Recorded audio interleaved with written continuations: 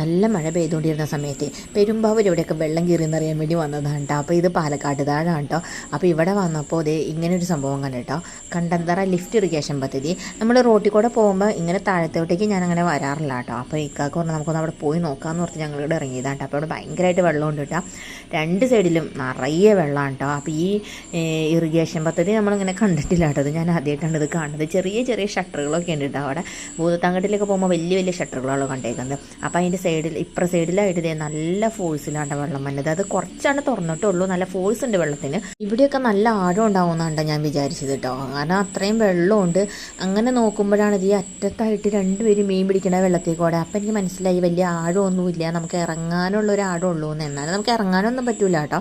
ഇവിടെയൊക്കെ എങ്ങനെയൊക്കെയാണ് നമുക്ക് അറിയില്ലല്ലോ. അങ്ങനെയുള്ള സ്ഥലങ്ങളൊന്നും ഇറങ്ങാൻ പാടില്ല. അവർക്കൊക്കെ പിന്നെ അറിയാമെന്ന് തോന്നുന്നു, മീൻ പിടിക്കണവരാണല്ലോ, അവർക്കൊരുവിധം ഇതൊക്കെ അറിയാം. അപ്പോൾ ഇക്കാക്ക എന്നോട് പറഞ്ഞത് ആ ബിൽഡിങ്ങിൻ്റെ മുകളിൽ ഒരു സംഭവം എഴുതി വെച്ചിട്ടുണ്ടെന്ന് പറഞ്ഞിട്ട്. അപ്പം ഞാൻ നോക്കിയപ്പോൾ എന്താടാ ഫ്ലഡ് ലെവലാണ് അവിടെ മാർക്ക് ചെയ്തേക്കുന്നത്. 2018 വെള്ളം കയറിയത്. അപ്പോൾ എനിക്ക് ഭയങ്കര അത്ഭുതമായി പോയിട്ടോ. എൻ്റെ പൊന്നു, ഇത്രയും വെള്ളം ഇവിടെ കയറിയിട്ടുണ്ടെന്ന് നമുക്കത് ആലോചിക്കാൻ പറ്റണില്ല അല്ലേ. ഇവിടെയുള്ള വീടുകൾ ഫുള്ള് മുങ്ങിപ്പോയിട്ടുണ്ടാവും. മഴ 3-4 ദിവസം നിന്ന് പെയ്ത് അവിടെ ഇവിടെയൊക്കെ വെള്ളം കയറുന്ന കേട്ട് കഴിഞ്ഞിട്ടില്ല. പിന്നെ നമുക്ക് ടെൻഷനാണ്, എന്താ മഴ എന്താ മാറാത്തതെന്ന് ഓർത്തിട്ട് ടെൻഷനാണ്. വെള്ളപ്പൊക്കം ഉണ്ടായ ആ സംഭവങ്ങളൊക്കെയാണ് പിന്നെ മനസ്സിലേക്ക് വന്നത്. എൻ്റെ പൊന്നു, ഒന്നും പറയണ്ട.